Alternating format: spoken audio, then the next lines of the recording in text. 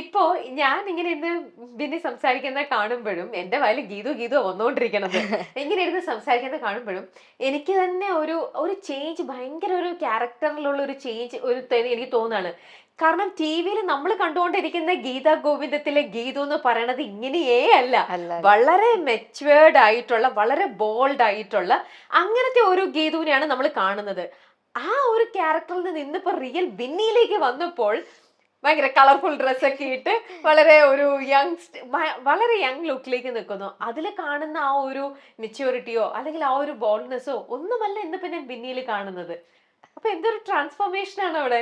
അത് നമ്മൾ ക്യാരക്ടറൈസേഷൻ എന്ന് പറഞ്ഞ സംഭവം ഉണ്ടല്ലോ. ഗീതു എന്ന് പറയുമ്പോൾ ഒരു 23-24 ഇയർ അത്രയും ഏജ് ഉള്ള ഒരു കുട്ടിയാണ്.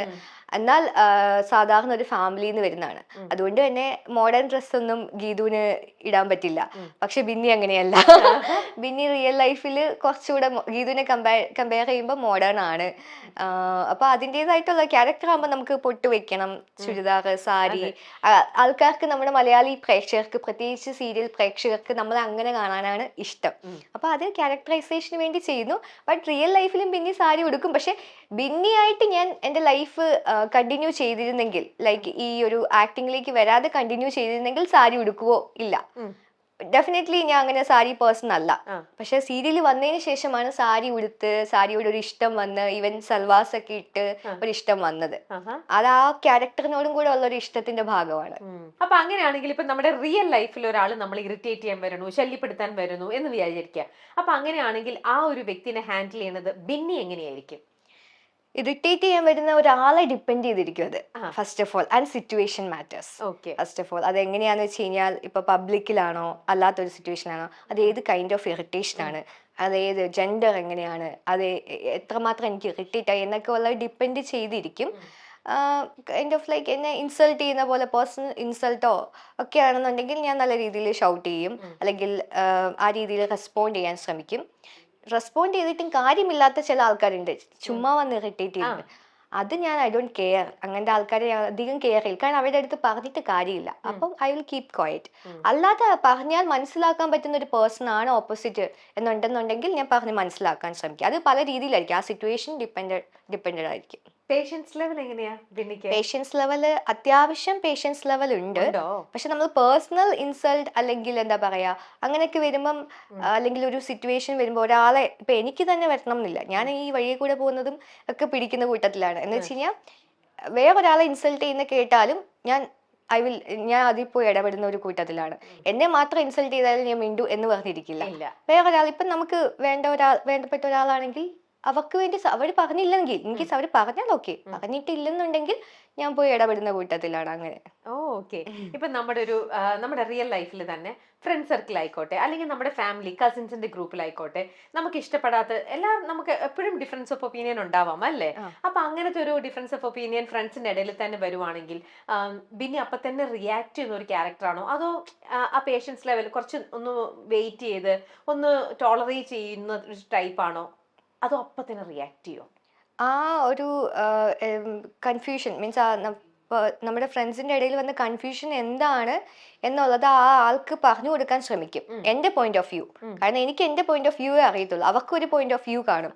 അപ്പൊ അത് നമ്മൾ ഡിസ്കസ് ചെയ്യുമ്പം ക്ലാരിഫൈ ചെയ്യാൻ പറ്റുന്നതാണെങ്കിൽ ഡിസ്കസ് ചെയ്യും. അത് ഞാൻ ഉപദേശിച്ച് നന്നാക്കുക എന്നുള്ളതല്ല. നമ്മൾ ഫ്രണ്ട്സ് ആയിരിക്കുമ്പോൾ അതാ വേണ്ടത്, നമ്മൾ ഡിസ്കസ് ചെയ്യാൻ വേണ്ടത്.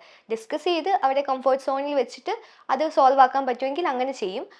എന്നിട്ടും മനസ്സിലാവാത്ത ആൾക്കാരാണെങ്കിൽ ഐ ജസ്റ്റ് ലീവ്. അല്ലെങ്കിൽ ആ പേഴ്സൺ എനിക്ക് അത്ര അടുത്ത ആളായിരിക്കണം. ഞാൻ പിന്നെയും പുറകെ പോയി എൻ്റെ പേഷ്യൻസ് ലെവൽ വെച്ചിട്ട് ഞാൻ ആളെ പറഞ്ഞ് മനസ്സിലാക്കണമെങ്കിൽ അതെൻ്റെ അത്രയും ക്ലോസ് സർക്കിളിൽ വരുന്ന ഒരാളായിരിക്കണം, ഞാൻ അത്ര എഫേർട്ട് ഇടണമെങ്കിൽ. അതല്ലാന്നുണ്ടെങ്കിൽ ഞാൻ പറഞ്ഞ്, ഈവൻ കോമൺ ആയിട്ടുള്ള ആൾക്കാരെ ഞാൻ പറഞ്ഞ് മനസ്സിലാക്കാൻ നോക്കും. അതില്ലെന്നുണ്ടെങ്കിൽ വിട്ടേക്കും. അത്രേ ഉള്ളൂ. ഇപ്പൊ ക്ലോസ് സർക്കിളുള്ള ഒരാളാണെങ്കിൽ നമ്മളിപ്പോ ചിലവർക്ക് നമ്മള് ഓക്കെ പോട്ടെ എന്ന് പറഞ്ഞ് നമ്മളൊരു ചാൻസ് കൂടെ കൊടുക്കും. ഇനി ചിലപ്പോൾ നമ്മളുമായിട്ട് അത്ര ക്ലോസ്ലി അസോസിയേറ്റ് ചെയ്ത് നിൽക്കുന്ന ആൾക്കാണെങ്കിലും നമുക്കൊരു ഇഷ്ടമുള്ള ഒരു ലെവലിലുള്ള ആളാണെങ്കിലും, തീരെ സ്ട്രേഞ്ചേഴ്സ് ആണെങ്കിൽ മാത്രമേ ഉള്ളൂ നമ്മൾ സെക്കൻഡ് ചാൻസ് കൊടുക്കാതെ പോവുള്ളൂ. ബാക്കി ആരാണെങ്കിലും നമ്മൾ ഒരു സെക്കൻഡ് ചാൻസ് കൊടുക്കും. നമുക്ക് കൂടുതൽ അടുപ്പമുണ്ടെങ്കിൽ നമ്മൾ വീണ്ടും ചാൻസസ് കൊടുക്കും. അങ്ങനെയാണല്ലോ നമ്മൾ എല്ലാവരും ചെയ്യണത്. ബിന്നിയുടെ കേസിലാണെങ്കിലും ഇങ്ങനെ പൊതുവെ ചില ആൾക്കാരുണ്ട്, എത്ര ഇങ്ങനെയാന്ന് പറഞ്ഞാലും അവർക്ക് മൾട്ടിപ്പിൾ ചാൻസസ് കൊടുത്തോണ്ടേയിരിക്കും.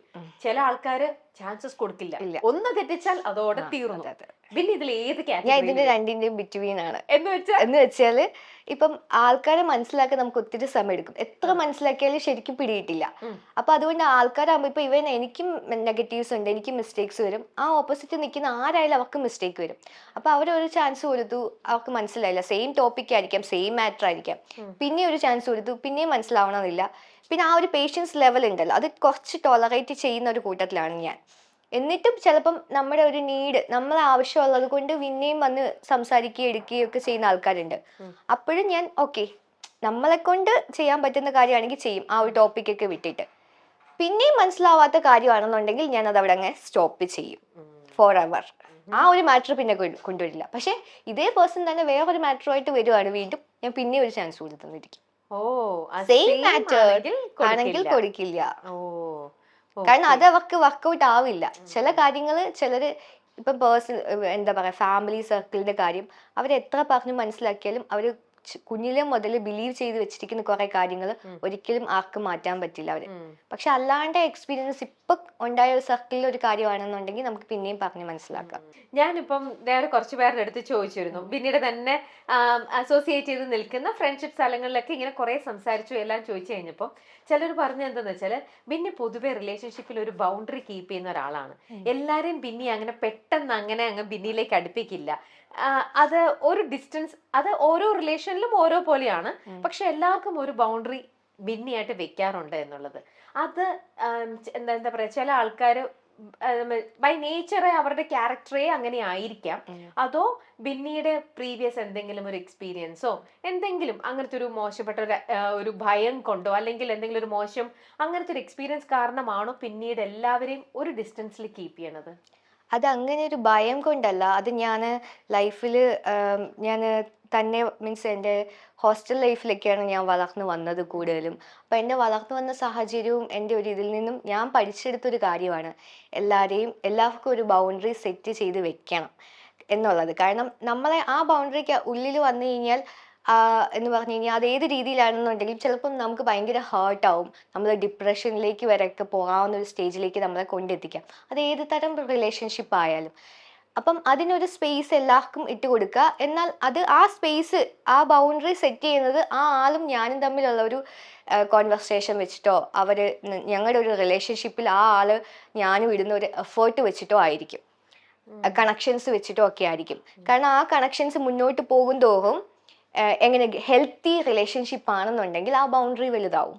ഹെൽത്തി റിലേഷൻഷിപ്പ് അല്ല, ടോക്സിക് ആണ് വരുന്നത്, ഞാൻ ചാൻസസ് കൊടുത്തിട്ട് വീണ്ടും ടോക്സിക് ആണെന്ന് വരുന്നുണ്ടെങ്കിൽ ആ ബൗണ്ടറി ഞാൻ അവിടെ കറക്റ്റ് ആയിട്ട് കീപ്പ് ചെയ്യും. എന്നാൽ നമുക്ക് വേറെ ഒന്നുമില്ല, ഈ ആൾ ഇങ്ങനെയാണ്, ഞാൻ പഠിച്ചു വെച്ചു, ഓക്കെ ഞാൻ പഠിച്ചു വെച്ചിടത്തോളം ഇയാൾ ഇങ്ങനെയാണ്, ഇയാളുടെ ഭാഗത്തുനിന്ന് ഇങ്ങനെയൊക്കെ ഉണ്ടാവാം, ഇങ്ങനെയൊക്കെ പോസിറ്റീവ് ഉണ്ടാവും. സോ ആ ബൗണ്ടറിയിൽ ഞാൻ അയാളെ നിർത്തി നല്ല രീതിയിൽ ട്രീറ്റ് ചെയ്യുന്നു, പറയുന്നു, പോകുന്നു, അത്രേ ഉള്ളൂ. അപ്പൊ ഇങ്ങനെയുള്ള ഒരു സ്റ്റേറ്റ് ഓഫ് മൈൻഡിലാണ്, അല്ലെങ്കിൽ ഇങ്ങനെയാണ് ബിന്നിയുടെ പോളിസി എന്നുണ്ടെങ്കിൽ നിങ്ങളിപ്പം സീരിയലും കാര്യങ്ങളും ഇപ്പൊ ഒരു പ്രൊജക്ട് കഴിഞ്ഞു, ഇനി ബിന്നി അടുത്ത പ്രൊജക്റ്റിലേക്ക് മൂവ് ഓൺ ചെയ്യും നാച്ചുറലി അല്ലേ. അപ്പൊ പുതിയൊരു പ്രൊജക്റ്റിലേക്ക് ചെല്ലുമ്പോൾ അവിടെ ചെല്ലുമ്പോൾ പുതിയൊരു ഗ്രൂപ്പ് ആയിരിക്കാം, പുതിയ കുറച്ച് ഫ്രണ്ട്സും കാര്യങ്ങളും. സോ അങ്ങനെ ചെന്ന് കഴിയുമ്പോൾ പുതിയ ആൾക്കാരെയൊക്കെ കാണുമ്പം പൊതുവെ ബിന്നി അവരായിട്ട് അടുക്കാനൊക്കെ ഒരുപാട് ടൈം എടുക്കുമോ? കാരണം ഇങ്ങനെയൊക്കെ ഇങ്ങനത്തെ കുറച്ച് പ്രിൻസിപ്പിൾസ് ഒക്കെ ലൈഫിൽ വിൽക്കുന്ന ഒരാളാകുമ്പോൾ അവരുമായിട്ട് അസോസിയേറ്റ് ചെയ്ത് വർക്ക് ചെയ്യുന്ന ആൾക്കാരല്ലേ നിങ്ങളൊക്കെ. അപ്പോൾ എല്ലാവരുമായിട്ട് ഒരു ഡിസ്റ്റൻസ് കീപ്പ് ചെയ്തിട്ടായിരിക്കുമോ കുറെ നാള് ഒരാളെ സ്റ്റഡി ചെയ്യാനൊക്കെ ആയിട്ട് കുറെ പീരീഡ് എടുക്കുമോ? ഇല്ല. കാരണം മുമ്പത്തെ, അതായത് ഡോക്ടറായിട്ടുള്ള ബിന്നി ആയിരുന്നെങ്കിൽ ആ ടൈം എടുത്തേനെ. ഇപ്പൊ അതിനുശേഷം ആക്ടർ ആയിട്ട് ഞാൻ എന്റെ കരിയർ സ്റ്റാർട്ട് ചെയ്തപ്പോൾ ഞാൻ ഒത്തിരി ഓപ്പൺ അപ്പ് ആയിട്ടുണ്ട്. ആൾക്കാർ സോഷ്യലൈസ് ആയിട്ടുണ്ട് ഒത്തിരി, ഒരുപാട്. കാരണം മുമ്പൊക്കെ ആരെങ്കിലും എന്നോട് ഹൈ പറഞ്ഞാലേ ഞാൻ ഹൈ പറയൂ എന്നൊക്കെയുള്ള സംഭവം, മീൻസ് കുറച്ച് ഷൈ ആയിരുന്നു, ഇൻട്രോവേർട്ട് ആയിരുന്നു.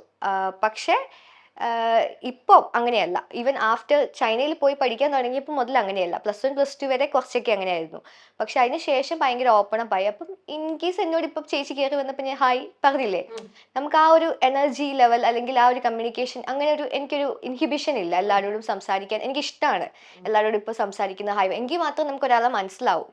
നമ്മൾ അവർ പറയുന്ന മാത്രം കേട്ടാൽ നമുക്ക് മനസ്സിലാവില്ല. നമ്മൾ കുറെ അങ്ങോട്ട് എഫേർട്ട് ഇട്ട് സംസാരിച്ച്, പ്രത്യേകിച്ച് ഇതിന്റെ ഉള്ളിൽ പോകുമ്പോൾ ആൾക്കാരെ നമുക്ക് മനസ്സിലാക്കുന്ന നമ്മൾ കമ്മ്യൂണിക്കേഷൻ വെച്ചിട്ട് മാത്രം നമുക്ക് പറ്റൂ. അതിന് ഒരിക്കലും ടൈം എടുക്കില്ല. But I have that mind set. ഞാൻ ഈ ആളെ പഠിക്കണം എന്നുണ്ടെങ്കിൽ ഞാൻ സംസാരിക്കണം. പക്ഷെ ഈ ആളെ എവിടെ നിർത്തണം എന്നുള്ളത് എന്റെ ഇൻസൈഡ് മൈ മൈൻഡിൽ പ്രോസസ് ചെയ്യും. ആ ഒരു ഇൻസൈഡ് മൈൻഡിൽ പ്രോസസ് ചെയ്യുന്ന സ്ട്രാറ്റജി എന്ന് പറയുന്നത് അത് എന്താ ബിന്നി? അത് ഞാൻ പറഞ്ഞില്ലേ, അത് ഞാൻ ചെറുതില് മുതൽ ഇൻബിൽഡ് ചെയ്ത് കൊണ്ടുവന്ന ഒരു സംഭവം. അതെനിക്ക് പറഞ്ഞു തരാൻ എങ്ങനെയാണെന്ന് അറിയില്ല. അതെനിക്ക് പറഞ്ഞു തരാൻ അറിയില്ല. എനിക്ക് തോന്നുന്നു എല്ലാവർക്കും അങ്ങനെ ഉണ്ടായിരിക്കാം. ചില ആൾക്കാർ മാത്രം ഞാൻ പറഞ്ഞു കേട്ടിട്ടുള്ളൂ, അയ്യോ ഞാൻ എല്ലാവരും വിശ്വസിക്കും, എനിക്ക് ഇങ്ങനെ അബദ്ധം പറ്റാറുണ്ട് എന്നിട്ട് അങ്ങനെ പറഞ്ഞ് കേട്ടിട്ടുണ്ട്. ബട്ട് എന്നെ സംബന്ധിച്ച് എൻ്റെ ലൈഫിൽ എല്ലാ കാര്യങ്ങളും ഡിസിഷൻ ചെയ്യുന്നതിൽ ആരൊക്കെ എന്നെ ഇൻഫ്ലുവൻസ് ചെയ്തെന്ന് പറഞ്ഞാലും എനിക്കിത് വേണമെന്ന് പറഞ്ഞാൽ എനിക്കിത് വേണം, എനിക്കിത് വേണ്ടാന്ന് പറഞ്ഞു കഴിഞ്ഞാൽ ആരൊക്കെ തലയിൽ അടിച്ച് കയറ്റാൻ നോക്കിയാലും ഞാൻ എടുക്കൂല. ആണോ? അങ്ങനെയാണ്. നൂബിന് പോലും പറഞ്ഞ് കൺവിൻസ് ചെയ്യാൻ പറ്റൂല. നൂബിൻ ചില കാര്യങ്ങൾ ചെയ്തിട്ടുണ്ട്. അത് ഇൻ ദ സെൻസ് എന്നെ അടിച്ചേൽപ്പിക്കാൻ നോക്കിയാൽ പറ്റില്ല. റിക്വസ്റ്റ് ചെയ്താൽ പിന്നെയും പറ്റുമെന്ന് തോന്നുന്നു. റിക്വസ്റ്റ് ചെയ്ത ഇൻ ദ സെൻസ് സ്നേഹത്തോടെ പറഞ്ഞു കഴിഞ്ഞാൽ ഇത് നല്ലതായിരിക്കും, അല്ലാതെ അയ്യോ നീ ചെയ്യണേ അങ്ങനെയല്ല, ഇത് നീ ചെയ്താൽ നല്ലതായിരിക്കും, നീ ഒന്ന് ആലോചിച്ച് നോക്ക് എന്ന് പറയുമ്പോൾ ചിലപ്പം ഓക്കെ. കാരണം നമ്മൾ എപ്പോഴും എടുക്കുന്ന തീരുമാനം ശരിയാവണം എന്നില്ല. അപ്പൊ നമ്മൾ ചില കാര്യങ്ങൾ നമ്മൾ ഡിസ്കസ് ചെയ്യുമല്ലോ, പാർട്ട്ണറുമായിട്ടും ഫാമിലി ഒക്കെ ആയിട്ട് ഡിസ്കസ് ചെയ്യുമല്ലോ. ഇനി നമുക്കൊരു സെഗ്മെന്റിലേക്ക് പോവാം. ഓക്കെ, സെഗ്മെന്റിന്റെ പേര് വൈ ദീസ് ഹെഡ്ലൈൻസ്. അതായത് ബിന്നിനെ കുറിച്ച് തന്നെ യൂട്യൂബിൽ വന്ന കുറച്ച് ഹെഡ്ലൈൻസ് ഉണ്ട്. ആ ഹെഡ്ലൈൻസ് ആണ് ഞാനിപ്പോൾ എടുത്തു വെച്ചിരിക്കുന്നത്. ഇത് പറയാം, വായിച്ച് കഴിയുമ്പോൾ പറയണം എന്തുകൊണ്ട് ഈ ഹെഡ്ലൈൻസ് വന്നു എന്നുള്ളത്. ഓക്കെ, ആന്റിയുടെ വീടിനടുത്തുള്ള പെൺകുട്ടി, മമ്മൂട്ടി ചിത്രത്തിലെ നായിക, 7 വർഷത്തെ പ്രണയകഥ. ഞാൻ തൊട്ട് മുന്നേ നിർത്തിയത്. ഓക്കെ, ഇവിടെ നിന്ന് തുടങ്ങാം. നൂബിനെ കുറിച്ചുള്ള ആ പ്രണയകഥ. അത് നൂബിനോട് ചോദിക്കുന്നേ. അതെന്താ നൂബിന് മാത്രം അറിയുള്ളൂ നിങ്ങളുടെ ഇടയിലുള്ള പ്രണയകഥ? അത് ഞാനെന്ത് പറയാനാ, ഇത് ഞാനെന്തോ ഒരു മിനിറ്റ് ഞാനെന്ത് പറയാനാ, ഇത് ഈ കഥ നൂബിനാണ് പറഞ്ഞത്. ഈ കഥ അതെ, അത് നൂബിൻ പറഞ്ഞു. അപ്പൊ ആ വേർഷൻ എന്താണെന്ന് ബിന്നിക്ക് അറിയാലോ. അപ്പൊ പിന്നെ ബിന്നിക്ക് പറയാലോ അത് എന്താണെന്നുള്ളത്. ആരാദ്യം പറഞ്ഞത്, ഇഷ്ടം പറഞ്ഞത്? അത് നൂബിനാണ് പറഞ്ഞത്. നമ്മള് സോഷ്യൽ മീഡിയ വഴി കണക്ട് ആയതാണ്. കണക്ട് ആയതിനു ശേഷം ഫ്രണ്ട്സ് ആയി, പിന്നെ കാര്യങ്ങളൊക്കെ ഷെയർ ചെയ്തു. പിന്നെ നൂബിൻ പ്രപ്പോസ് ചെയ്തു. എനിക്ക് അറിയാലോ പ്രപ്പോസലിലേക്ക് പോകുമെന്ന്. എനിക്കറിയാം. ബൗണ്ടറി ഒന്നും കീപ്പ് ചെയ്തില്ല നൂബിന്റെ കാര്യം. അല്ല, ആദ്യമേ സ്മെല് ചെയ്ത് പ്രപ്പോസലിലേക്ക് പോകുന്നല്ല, ഫ്രണ്ട്സ് ആയി. ലൈക്ക് എനിക്കൊരു ക്രഷ് തോന്നി ഇനീഷ്യലി കണ്ടപ്പം. പക്ഷെ അത് പ്രപ്പോസലിലേക്ക് പോകണം എന്ന് വിചാരിച്ചിട്ട് ചാറ്റ് ചെയ്തതല്ല. എനിക്കറിയാൻ മേലാത്ത ഒരാൾക്ക് ഞാൻ ഫസ്റ്റ് ടൈം റിക്വസ്റ്റ് അയച്ചതാണ് എന്റെ ലൈഫിൽ. ഫസ്റ്റ് ടൈം അങ്ങോട്ട് ഞാൻ റിക്വസ്റ്റ് അയച്ചത്.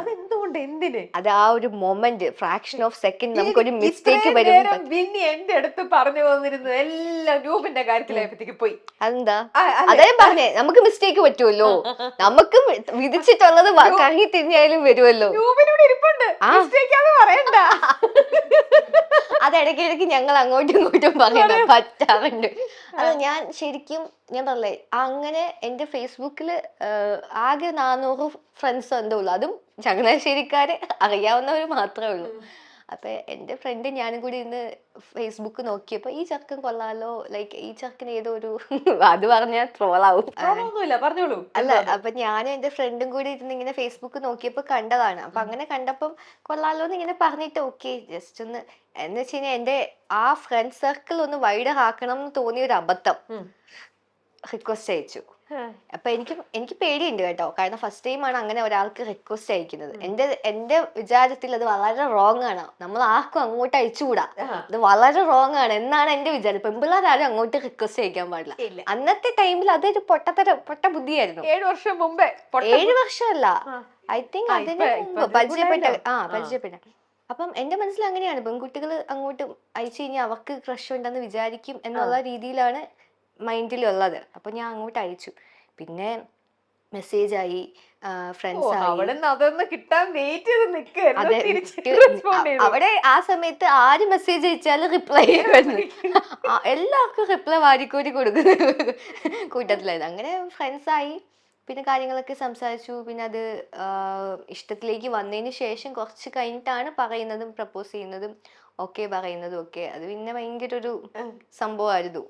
കല്യാണത്തിലേക്ക് വരെ എത്തിക്കുന്നത് വലിയൊരു ജേർണി ആയിരുന്നു. അപ്പൊ ഇതില് പറഞ്ഞത് ആന്റിയുടെ വീടിനടുത്തുള്ള പെൺകുട്ടി എന്ന് പറഞ്ഞാൽ അതെന്താ? അതാ ഞാൻ പറഞ്ഞത് നൂബിന്റെ അടുത്ത് ചോദിക്കണം. എന്നാലും നൂബിൻ പറഞ്ഞു. ഇപ്പൊ എനിക്ക് ഞാൻ ഇന്റർവ്യൂ ചെയ്തോണ്ടിരിക്കുന്നത് പിന്നീട് അടുത്തല്ലേ. അപ്പം ഈ ആന്റി എന്ന് പറയുന്ന ആരുടെ ആന്റിയാണ്? മാതാ ആ, അത് അത് പറയാൻ പറ്റൂലല്ലോ, അവിടെ മൈക്കില്ലല്ലോ. ഇവിടെ അല്ലേ മൈക്കുള്ളൂ. പറയൂ, എന്താണ്? അത് നൂബിൻ എന്തോ പൊട്ടത്തരം പറഞ്ഞതാണ്. അങ്ങനത്തെ ഒരു സംഭവം ഇല്ല. അങ്ങനെ ഒരു സംഭവം ഇല്ല. നൂബിൻ അന്ന് എന്തോ പറഞ്ഞു, എന്താ പറഞ്ഞു അന്ന് അത് പറഞ്ഞ സമയത്ത് നൂബിന്റെ വേറെ ഏതെങ്കിലും ഒരു ഗേള് കയറി എനിക്ക് പോയിട്ടുണ്ടോ? തോന്നുന്നു അതിന്റെ ഇടയ്ക്ക് നൂബിന്റെ പഴയ ലവ് സ്റ്റോറി എന്തെങ്കിലും വന്നതാണ്. വന്നിട്ടുണ്ടോ? ഞാൻ എന്നിട്ട് അത് പറഞ്ഞപ്പോ ഞാൻ ആലോചിച്ചു പോട്ടെ, ആ. എന്തായാലും പറഞ്ഞു ഇനിയിപ്പൊ ഇതാക്കണ്ട വിചാരിച്ചു. അതുകൊണ്ട് ഞാൻ പറഞ്ഞത് എനിക്കറിയില്ല ആ കഥ എന്താന്ന് നൂബിന് മാത്രമേ അറിയൂ. ആന്റിയുടെ വീടിന് അടുത്തുള്ളതെന്ന് പറയാൻ പറ്റില്ല. നൂബിന്റെ ഒരു റിലേറ്റീവ് ഉണ്ട്, അതിന് ഏകദേശം അടുത്താണ്, പക്ഷെ ഒത്തിരി അടുത്തൊന്നും അല്ല. എന്ന് വെച്ചാൽ അവിടെ വെച്ചിട്ട് കണ്ടിട്ടൊന്നും ഇല്ല. ഇല്ല. ഞങ്ങൾ ഫേസ്ബുക്ക് വഴി തന്നെയാണ് കണക്ട് ആയത്. ഇപ്പൊ നൂബിന്റെ അടുത്ത് ആരോ കഥ ചോദിച്ചപ്പോ ഈ കഥയൊക്കെ അതിന്റെ ഇടയ്ക്ക് കൊണ്ടുപോയി. ബോയ്സ് അല്ലേ ആ പ്രായത്തിലല്ലേ? അതെ. ബിന്നി ബിന്നി കുറേ വേറെ കാണും. കൊറേ കാണും. ആള് പെട്ടെന്നേ ഇവളെ ഞാൻ എവിടുന്ന ലോക്ക് ചെയ്ത്, ഇവളെ ഞാൻ എവിടുന്ന ലോക്ക് ചെയ്ത് കൺഫ്യൂഷൻ ആയിട്ടുണ്ടാവും. പാവക്കുട്ടി അവസാനം പെട്ടു. അതെ, ബിന്നി അങ്ങ് അതാ ഞങ്ങൾ കെട്ടി പറഞ്ഞു അങ്ങ് അങ്ങോട്ടും ഇങ്ങോട്ടും ഞങ്ങൾ പെട്ടുപോയത്. പോയി. എന്റെ ബിന്നിക്ക് അങ്ങനെ നൂബിനെ ലോക്ക് ചെയ്യണം, ഇവൻ തന്നെയാണ് എനിക്ക് കറക്റ്റ് ആയിട്ട് എന്ന് തോന്നിയത്, ആ സ്പാർക്ക് അടിച്ചത് നൂബിന്റെ എന്ത് ക്വാളിറ്റി കണ്ടിട്ടാവും? നൂബിന്റെ ഫാമിലിനെ ടേക്ക് കെയർ ചെയ്യുന്നത് കണ്ടിട്ടാണ്. കാരണം എന്നെ സംബന്ധിച്ച് ഞാൻ ഏറ്റവും കൂടുതൽ ഇമ്പോർട്ടൻസ് കൊടുക്കുന്നത് ലൈക്ക് എനിക്ക് ഇങ്ങനെ ഒരു എന്താ പറയുക പീസ്ഫുൾ ആയിട്ട് ഉള്ളൊരു ഫാമിലി ഉണ്ടാവുക. മീൻസ് ആ ഒരു എൻവയറോൺമെന്റ് എല്ലാവർക്കും കിട്ടണം എന്നില്ല. അപ്പം ഞാൻ ആ പ്രയോറിറ്റിയാണ് കൊടുത്തത്. ബാക്കി എഡ്യൂക്കേഷനോ ലുക്കോ സ്വത്തോ കാര്യങ്ങളോ കമ്മ്യൂണിക്കേഷൻ സ്കില്ലോ സ്മാർട്ട്നെസ്സോ ഒന്നുമല്ല.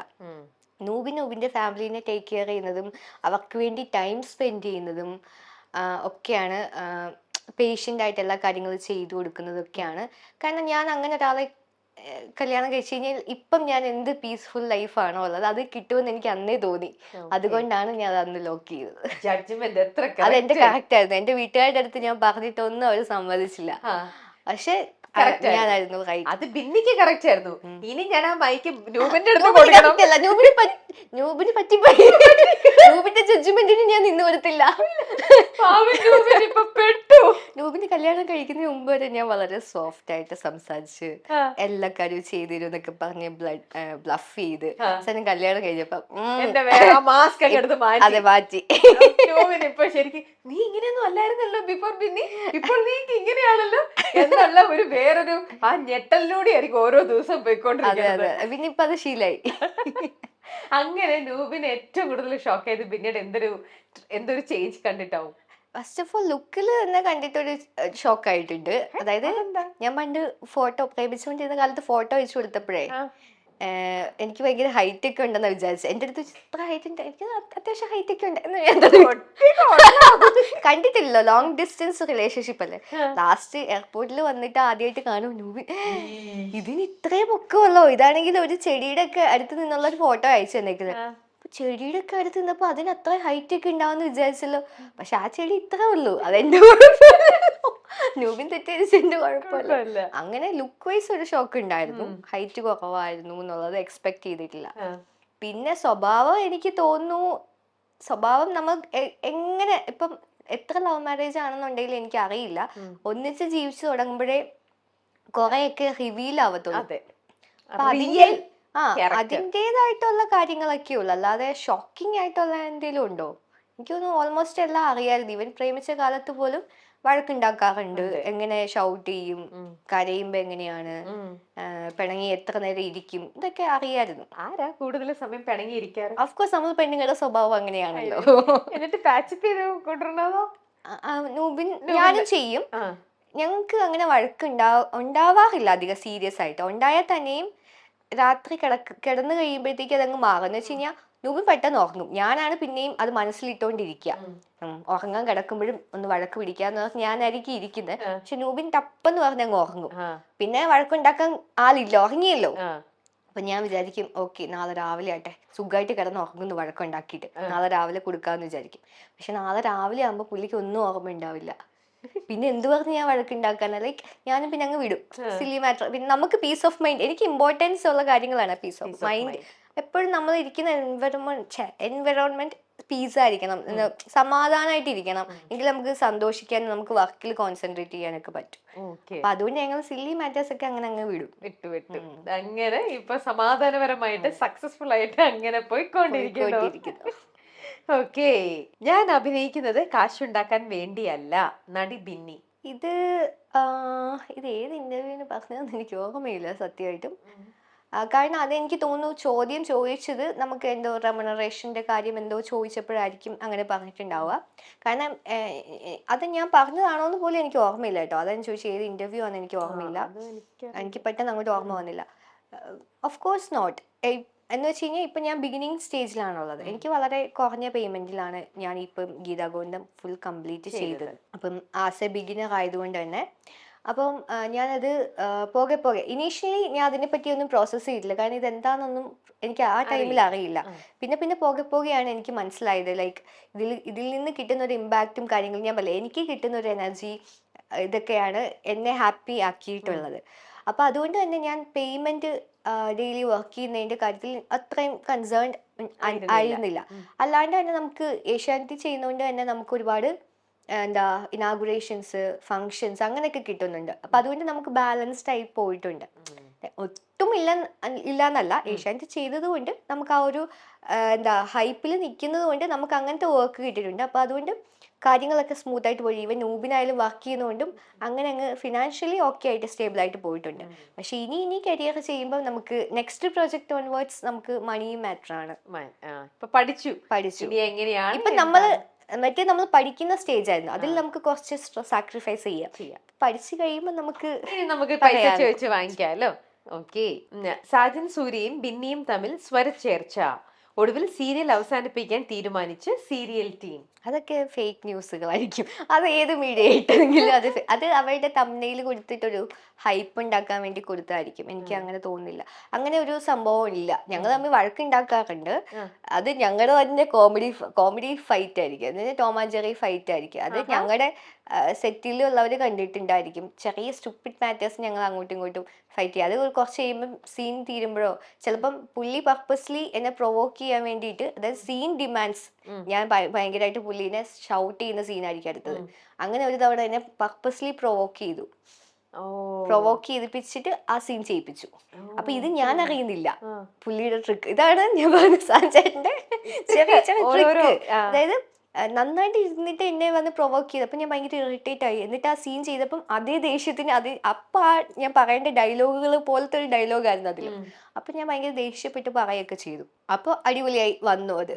അപ്പൊ പുള്ളിക്ക് സന്തോഷമായി. അത് കഴിഞ്ഞ് ഉടനെ വന്നിട്ട് എങ്ങനെയുണ്ട് എന്റെ ഐഡിയ, അങ്ങനെയൊക്കെ സംഭവം. അല്ലാതെ ഇത് സീരിയസ് ഫേക്ക് ന്യൂസ് അത് കണ്ടിട്ട് വെച്ച് വന്ന ന്യൂസ് ആണ് ഇത്. പക്ഷെ ഇതൊന്നും ആർക്കും അറിയില്ല, നമ്മുടെ സെറ്റിലുള്ളവർക്കല്ലാണ്ട് ആർക്കും അറിയില്ല പുറമെ. ഇനി ലാസ്റ്റ് ഒരേ ഒരു സെഗ്മെന്റിലും കൂടെ ഞാൻ പോവാണ്.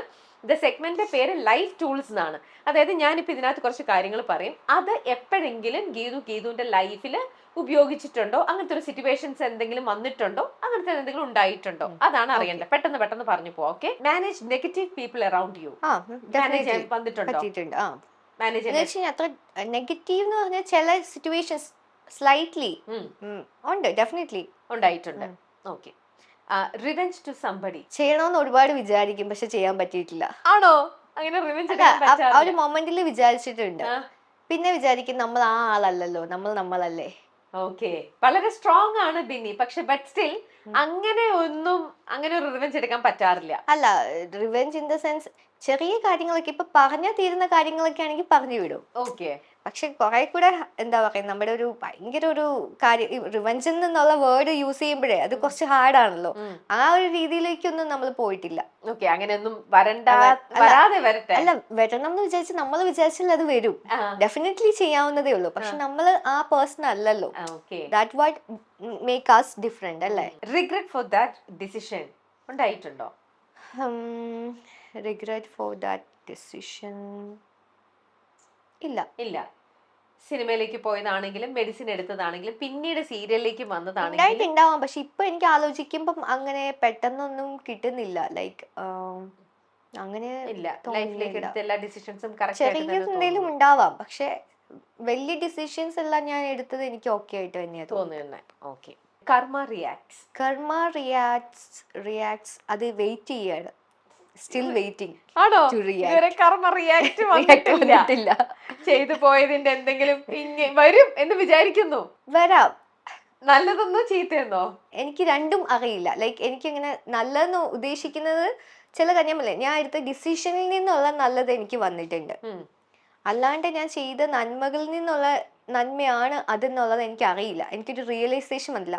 റാൻഡം പീപ്പിൾസ് ഹെൽപ്പ് ചെയ്തിട്ടുണ്ട് പ്രതീക്ഷിക്കാത്ത സിറ്റുവേഷൻസിൽ. ചിലപ്പോൾ അത് ഞാൻ വിചാരിക്കുന്ന എൻ്റെ നന്മ കൊണ്ടിട്ടല്ല, എൻ്റെ മമ്മി ചെയ്ത നന്മ കൊണ്ടിട്ടായിരിക്കും എനിക്ക് വരിക, അവർ പ്രാർത്ഥിക്കുന്നതുകൊണ്ടായിരിക്കും. ശരിക്കും ഞാനായിട്ട് ചെയ്തതിന്റെ നന്മ എനിക്ക് വരുന്നതായിട്ട് ഞാൻ റിയലൈസ് ചെയ്തിട്ടില്ല. നമുക്ക് വെയിറ്റ് ചെയ്യാം. അതെ, അല്ല അങ്ങനെ വന്നാലും ഞാൻ വിചാരിക്കാം എൻ്റെ മമ്മി എനിക്ക് പ്രാർത്ഥിക്കുന്നതുകൊണ്ടായിരിക്കും. അതാണ് എൻ്റെ മൈൻഡിൽ ഫസ്റ്റ് വരിക. ഓ okay. They will come to you when you get stardom. അങ്ങനെ തോന്നിയിട്ടുണ്ടോ? അങ്ങനത്തെ ഒരു കുറെ ആൾക്കാരുണ്ട്. ഞാൻ പറയേ that was fake people and genuine എന്നുള്ളത് അതെല്ലായിടത്തും എക്സിസ്റ്റിംഗ് ആണ്. അപ്പൊ അങ്ങനെ എക്സ്പീരിയൻസ് ചെയ്തിട്ടുമുണ്ട്. ഡെഫിനറ്റ്ലി സ്റ്റാർഡം വരുമ്പോൾ ഓടി വരുന്ന ആൾക്കാരുണ്ട്, സ്നേഹം പിടിച്ചു വരും അല്ലേ? Okay. Toxic people will destroy your piece. Definitely. പക്ഷെ ഞാൻ ആരെയും അങ്ങോട്ട് അടുപ്പിക്കൂല. പിന്നല്ല, ബൗണ്ടറി വരെ വരച്ച് ലക്ഷ്മണരേഖ വരച്ച് ഇവിടെ ഇരിക്കുന്ന പോലെ നിൽക്കും. അല്ലാണ്ട് വന്നാലേ ഉള്ളൂ. പക്ഷെ അങ്ങനെ അല്ലാത്ത നമുക്ക് റിലേഷൻഷിപ്പ് ആണെങ്കിൽ കട്ട് ചെയ്ത് അങ്ങ് വിടും. പിന്നെ പെട്ടെന്ന് അങ്ങനത്തെ എന്തെങ്കിലും സെൻസ് ചെയ്താൽ ആ സെക്കൻഡിൽ ബിറ്റ്നി അവിടെ നമ്മുടെ റിബൺ കട്ട് ചെയ്യുന്ന ടിക് അതങ്ങ് കട്ട് ചെയ്ത് കളഞ്ഞേക്കും. നമുക്ക് അങ്ങനത്തെ ആൾക്കാരെ വേണ്ടല്ലോ ലൈഫിൽ ഫുള്ള്. അങ്ങനെയുള്ള ആൾക്കാരെ ആവശ്യമില്ല. Okay. Strong stand because of your self respect. Definitely ആണ്. സെൽഫ് റെസ്പെക്ട് കാരണം ഇങ്ങനത്തെ വളരെ ചില ഡിസിഷൻസിലൊക്കെ സ്ട്രോങ് ആയിട്ട് നിൽക്കേണ്ടി വന്നിട്ടുണ്ട്. അതാണല്ലോ എനിക്കൊന്നും ഞാൻ മാത്രമായിരിക്കില്ല, ഇതെല്ലാവർക്കും ഒരേപോലെ ആയിരിക്കും. കഴിഞ്ഞു. ആ സെഗ്മെന്റും കഴിഞ്ഞു. അപ്പൊ അങ്ങനെ ഗീതാ ഗോവിന്ദം വളരെ സക്സസ്ഫുൾ ആയിട്ട് ഫിനിഷ് ചെയ്തിരിക്കുന്നു. അടുത്ത നല്ലൊരു പ്രൊജക്ടിന് വേണ്ടിയിട്ട് കാത്തിരിക്കുന്ന ബിന്നി ആഗ്രഹിക്കുന്ന പോലത്തെ മൂവിയോ മറ്റെന്തെങ്കിലുമൊക്കെയോ നല്ല നല്ല പ്രൊജക്ട്സുകൾ ഭാഗമാകാനായിട്ട് ബിന്നിക്ക് പറ്റട്ടെ എന്ന് ആശംസിക്കുന്നു. നമുക്ക് വീണ്ടും കാണാം. Thank you.